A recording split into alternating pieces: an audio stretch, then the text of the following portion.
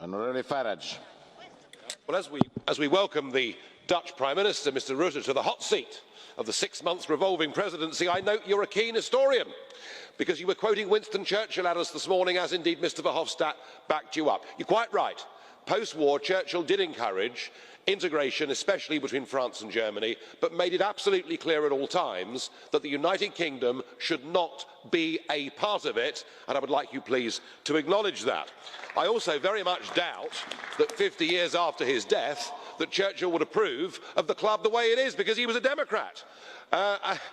This EU faces an existential crisis. Indeed, there is an outbreak of a contagious disease. It's not a new one.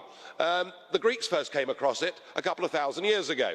The virus in its new form began in Denmark in the early 90s, but was put down with a heavy German hand. There have been a couple of outbreaks in Ireland, but substantial European money again cured the outbreak. But the red alert in 2005, when the contagion swept the Netherlands and France, frankly has never gone away. And I think now we have simultaneous outbreaks of the disease. In Denmark, it now looks to be wholly irreversible. And in my own country, despite decades of our political establishment denying its existence, a recent opinion poll showed that sufferers may now be actually in a majority. What surprised me about your speech as the Dutch Prime Minister is you didn't mention the fact that 427,000 of your own citizens have outed themselves in public, declared themselves to be carriers, called a referendum for the 6th of April, and encouraged the rest of the country to join in. I suppose it must be embarrassing for you. The diagnosis, by the way, will not be popular in this House. The disease is called democracy.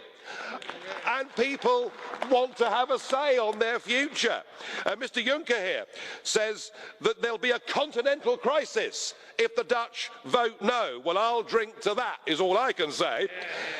When you add to that Schengen, when you add to that people's utter revulsion at what happened in Cologne, I think that you're going to have a very, very hot time over the course of the next 6 months. Whether we can, the peoples of Europe, break this union between now and the end of June, I don't know.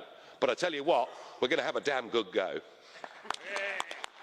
Onorevole Vilimsky.